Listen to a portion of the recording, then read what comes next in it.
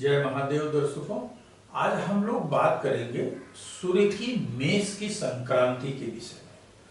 14 अप्रैल 2023 को सूर्य मीन राशि का त्याग करके मेष राशि में प्रवेश करेगा। मेष राशि वह राशि है जहां पर सूर्य उच्च का हो जाता है। उच्च से तात्पर्य यह है कि सूर्य अपना सर्वोत्तम परिणाम मेष राशि में प्रदान करता है। मेष राशि का सूर्य न केवल बलवान होता है अपितु अपनी कारकता के अनुरूप निश्चय ही फल प्रदान करता है, इसमें कोई संशय नहीं है। सूर्य शासन सत्ता का जहां नेतृत्व करता है वहीं आपके व्यक्तित्व को भी दर्शाता है। आपके अंदर के साहस, आपके अंदर का पराक्रम, आपकी ऊर्जा, आपके मनोकांक्षाओं को भी प्रदर्शित करता है। आप कितने महत्वाकांक्षी हैं यह सूर्य से देखा जा सकता है। आपका चरित्र क्या है, आपका व्यक्तित्व क्या है, बहुत सारे आपके व्यक्तित्व के गुण सूर्य दर्शाता है।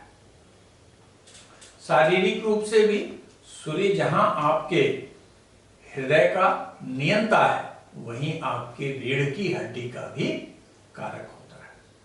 लेकिन हम लोग सूर्य की कारकता पर न बात करके आज हम बात करते हैं कि 14 अप्रैल को जो संक्रांति सूर्य की मेष राशि में हो रही है वह प्रत्येक राशि के जातकों के लिए कैसी है। तो इस क्रम में हम सबसे पहले मेष राशि को लेते हैं। मेष राशि आपकी राशि से सूर्य पंचम भाव का नेतृत्व करता है, जो आपके संतान का, आपके आर्थिक क्षेत्र का, आपके इमोशन का, आपके अंदर उठने वाले मनोभावों का नियंता हो जाता है। सूर्य जब उच्चस्थ कक्षा में गोचर करेगा तो निश्चित रूप से 14 अप्रैल से लेके और 15 मई तक का समय आपके लिए विशेष रूप से सफलतादायी सिद्ध होगा। यदि आप सरकारी नौकरी कर रहे हैं, प्राइवेट नौकरी कर रहे हैं और प्रमोशन अगर आपका शेड्यूल है तो निश्चित जानिए कि आपका प्रमोशन होना है। इच्छा के अनुरूप नौकरी में परिवर्तन का विषय हो अथवा नई नौकरी की ज्वाइनिंग हो, यह उत्तम समय कहा जाएगा। यहां तक कि आपका सामाजिक मान मर्यादा और प्रतिष्ठा भी बढ़ेगा और मुख्य रूप से प्रतियोगी विद्यार्थियों के लिए सूर्य की उच्चस्थ कक्षा निश्चय ही परीक्षा में सफलता प्रदान करने वाली कही जाएगी। अर्थात मेष राशि के सभी वर्ग के जातकों के लिए सूर्य की उच्चस्थ गोचर की अवस्था निश्चित रूप से कल्याणकारी कही जाएगी। वृषभ राशि, आपकी राशि से सूर्य द्वादश भाव में गोचर करेगा। द्वादश भाव में सूर्य के उच्च का गोचर बहुत अच्छा नहीं कहा जा सकता। एक तरफ यह जहां इन किन प्रकारें आपके रूटीन के कार्यों को डिस्टर्ब करेगा, आपके दैनिक जीवन के डिसिप्लिन को डिस्टर्ब करेगा, वहीं माता के स्वास्थ्य को लेकर, भूमि से संबंधित विवाद को लेकर परेशानी भी उपस्थित कर सकता है। इसलिए 14 अप्रैल से 15 मई के बीच यदि आपको भूमि खरीदनी हो या आपको कोई फ्लैट खरीदना हो, कोई शॉपिंग कॉम्प्लेक्स खरीदना हो, शॉप खरीदनी हो, तो बड़े होशियारी से कार्य करिएगा। पूरे कागज को बारीकी से देखने के बाद ही आगे बढ़िएगा, अन्यथा आपके साथ धोखा हो सकता है। सूर्य के राशि से द्वादश भाव में गोचर को बेहतर बनाने के लिए या इसके नकारात्मकता से बचने के लिए क्या करना चाहिए आपको? प्रतिदिन भगवान भास्कर को जल देने के साथ साथ उनके द्वादश नामों का अर्थात द्वादश सूर्य या आदित्य के जो नाम है निश्चित रूप से आपको पढ़ना चाहिए।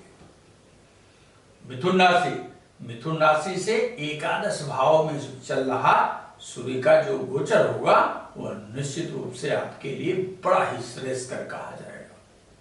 श्रेयस्कर हर अर्थों में कहा जाएगा। एकादश भाव में पापग्रह का पाया जाना वैसे ही बड़ा ही लाभकारी होता है। इसमें यदि सूर्य उच्चस्थ होकर जब अपना परिक्रमण करेगा तो यह न केवल आपके पराक्रम को बढ़ाएगा, आपके अंदर की ऊर्जा को बढ़ाएगा, आपका आत्मविश्वास बढ़ाएगा, समाज में आपकी पहचान बनाएगा, अपितु भाई बहनों का भी बेहतर सहयोग आपको प्राप्त होगा, मित्रों का भी उत्तम सहयोग प्राप्त होगा। प्रतियोगी विद्यार्थियों के लिए यह समय अत्यंत अनुकूल कहा जाएगा। अर्थात यह माह आपके प्रगति का कहा जाएगा। 14 अप्रैल से 15 मई के बीच में निश्चित रूप से आपके जो भी पेंडिंग वर्क है, जो लंबित वर्क है, उसको करने की दिशा में आपको आगे बढ़ना चाहिए। भाग्य के पूरे समर्थन से निश्चय ही आपको सफलता मिलेगी। कर्क राशि से दशम भाव में गोचर कर रहा सूर्य हर पक्ष में सफलता प्रदान कराएगा, चाहे वो आर्थिक पक्ष हो, नौकरी का पक्ष हो, व्यवसाय का पक्ष हो, सामाजिक पक्ष हो, हर दिशा में यह प्रगति प्रदान कराएगा। लेकिन यदि कोई कमजोरी होगी आपको या किसी कष्ट का सामना करना पड़ेगा तो मात्र एक बिंदु है, माता के स्वास्थ्य को लेकर थोड़ी चिंता बन सकती है। भूमि से संबंधित कोई समस्या खड़ी हो सकती है। बस इन दो भावों पर आपको विशेष रूप से ध्यान देना होगा। लेकिन यदि जन्मकालिक कर्क राशि है तो 14 अप्रैल से लेकर 15 मई का समय आपके लिए बेहद अनुकूल कहा जाएगा। सिंह राशि, यदि आपकी जन्मकालिक सिंह राशि है तो आपकी राशि से सूर्य भाग्य भाव में गोचर करेगा। अर्थात आपकी राशि से नवम भाव में गोचर करने वाला सूर्य निश्चित रूप से समझ लीजिए कि आपको शासन सत्ता का सहयोग दिलाएगा। बड़ों से पूरा मदद आपको मिलेगी, पूरी सहायता मिलेगी। बड़े लोगों के बीच आपका अपना स्थान भी सुनिश्चित होगा। बड़े लोगों के बीच में आपकी पहचान बनेगी। जो कार्य आप करना चाहते हैं उस कार्य को निश्चित रूप से आप मंजिल तक पहुंचाने में कामयाब होंगे। यदि कोई विवाद हो आपका तो निश्चित जानिए कि उसे भी सेटल हो जाना है, अर्थात उस कार्य में भी आपको सफलता मिलनी ही मिलनी है। संतान के लिए भी यह बड़ा ही बेहद लाभकारी समय है। इस बीच में आपको संतान से भी हर्ष आनंद की प्राप्ति कही जाएगी। इसलिए हमारे सभी सिंह राशि के जातकों के लिए यह समय 14 अप्रैल से 15 मई का प्रगति के लिए विशेष रूप से उल्लेखनीय कहा जाएगा। कन्या राशि से अष्टम सूर्य का गोचर निश्चय ही बेहतर नहीं कहा जाएगा। अष्टम भाव में गया हुआ सूर्य निश्चित रूप से आपके लिए हर कदम पर संकट की स्थिति उत्पन्न कर सकता है। इसी के साथ साथ परिवार में अनावश्यक विवाद की स्थिति भी बनाएगा। न चाहते हुए भी परिवार में कुछ न कुछ ऐसा करता रहेगा जिससे कि हर सदस्य एक दूसरे से बातचीत करने में रुचि नहीं लेगा, दूसरे की बातें सुनने में जो है उसको आनंद नहीं आएगा, किसी बड़े के आदेश का अनुपालन या उसकी राय का अनुपालन करने में भी समस्या खड़ी होगी। अनावश्यक ईगो की स्थिति पैदा कर सकता है। लेकिन इससे बचाव का निश्चित प्रयास करना चाहिए आपको। तो क्या करना है आपको? रोज सुबह उठकर नवोदित सूर्य किरणों को जल दीजिए। जल देते समय जल में लाल रोली अवश्य डालिए और जल देने के बाद गायत्री मंत्र का जप करिए 108 बार और आदित्य हृदय स्तोत्र का पाठ करिए। ध्यान रखिएगा, इस बीच तेज वाहन मत चलाइएगा और किसी सरकारी अधिकारी या कर्मचारी से विवाद बिल्कुल मत करिएगा। तुला राशि के हमारे दर्शकों के लिए भी सूर्य की उच्चस्थ अवस्था कुछ मिश्रित फल प्रदान करती हुई दिखाई देती है। जैसे यह व्यवसाय के लिए बड़ा अच्छा फल देगी, नए व्यवसाय का प्रारंभ कराएगी। यदि आप कोई कार्य पार्टनरशिप में कर रहे हैं तो निश्चित रूप से आपको प्रगति प्राप्त होगी, आर्थिक लाभ प्राप्त होगा। यदि कोई कार्य आपका गवर्नमेंट के हेड पे पड़ा हुआ है तो निश्चित रूप से वो होगा। लेकिन दूसरी तरफ आपको जीवन साथी के स्वास्थ्य से थोड़ी सी समस्या आ सकती है, जिससे आर्थिक व्यय की स्थिति भी बन सकती है। तो क्या करना है आपको नियमित रूप से भगवान सूर्य को जल देने के बाद ओम जुम स एक माला आप इसकी अवश्य करिए। वृश्चिक राशि, आपकी राशि से सूर्य की स्थिति छठे भाव में सूर्य बड़ा ही योगकारी है आपके लिए। अर्थात जो कार्य लंबे समय से आपने सोच रखा था करने के लिए, वह कार्य आप इस समय कर सकते हैं। यदि कोई पेंडिंग वर्क है तो निश्चित रूप से आप उस पर हाथ लगाइए और पूरी सफलता तक आप जो है पहुंच जाएंगे बिना प्रयास के। यदि सामाजिक रूप से अगर कोई नकारात्मकता है, या आपसे रिश्ते आपके कभी खराब है, या आपके किसी कार्य में शत्रुओं के द्वारा परेशानी, रोड़े अटकाए जा रहे हैं, तो इन सब का समापन होगा और विशेष रूप से नौकरी में भी स्थायित्व मिलेगा। और यदि आपको नौकरी की तलाश है तो निश्चित रूप से छठे भाव में गोचर कर रहा सूर्य आपको नौकरी भी दिलाएगा, प्रतियोगी परीक्षा में सफलता भी प्रदान कराएगा। सूर्य के छठे भाव में उच्चस्थ गोचर के कारण थोड़ा सा आपको अपने खर्चों पर जरूर ध्यान देना होगा। कभी ऐसी स्थिति हो सकती है कि आय से अधिक व्यय का परिस्थिति बन जाए, इसलिए व्यय पर नियंत्रण बेहद आवश्यक है। धनु राशि के हमारे दर्शकों के लिए सूर्य पंचम भाव में गोचर करेगा। पंचम भाव में सूर्य का गोचर भाग्य का पूरा समर्थन प्रदान करेगा, पूरा सहयोग दिलाएगा। जो कार्य आप कर रहे हैं उसमें आपके इच्छा के अनुरूप सफलता तो मिलेगी ही मिलेगी, आर्थिक क्षेत्र में निश्चित रूप से प्रगति मिलेगी और नए धन स्रोत का सृजन भी होगा। इसी के साथ साथ आपकी घर में और समाज में मान मर्यादा प्रतिष्ठा भी बढ़ाएगा। थोड़ा एक बात पे जरूर ध्यान रखिएगा कि आपका संतान से वैचारिक समानता का अभाव हो सकता है। किसी बात को लेके संतान से गंभीर मतभेद हो सकता है, जिसके कारण आप और संतान दोनों एक साथ रहने में स्वयं को असमर्थ महसूस कर सकते हैं। इसलिए इस पर आपको ध्यान देना है। प्रत्येक रविवार को लाल मसूर का दान अवश्य करिए, या निर्धन व्यक्ति को प्रतिदिन भोजन कराइए। इससे सूर्य की नकारात्मक स्थिति न्यूनता को प्राप्त हो जाएगी। मकर राशि, आपकी राशि से चतुर्थ भाव में सूर्य गोचर करेगा। चतुर्थ भाव में सूर्य का गोचर निश्चय ही लाभकारी नहीं कहा जाएगा।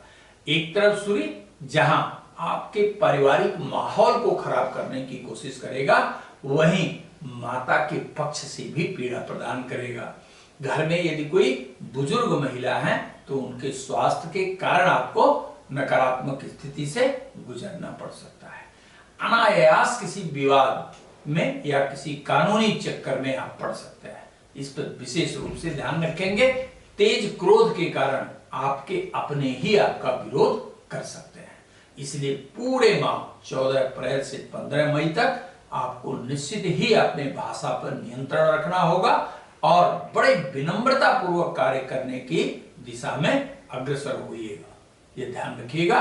चतुर्थ भाव के अशुभ गोचर को अनुकूल करने के लिए दैनिक आपको प्रातः सूर्य को जल देना है और आदित्य हृदय स्त्रोत का पाठ करना है। यदि आदित्य हृदय स्त्रोत पढ़ने में आपको समस्या होती है तो कोई दिक्कत नहीं, आप ओम घृणी सूर्याय नमः मंत्र का 108 बार जप करना प्रारंभ कर दीजिए।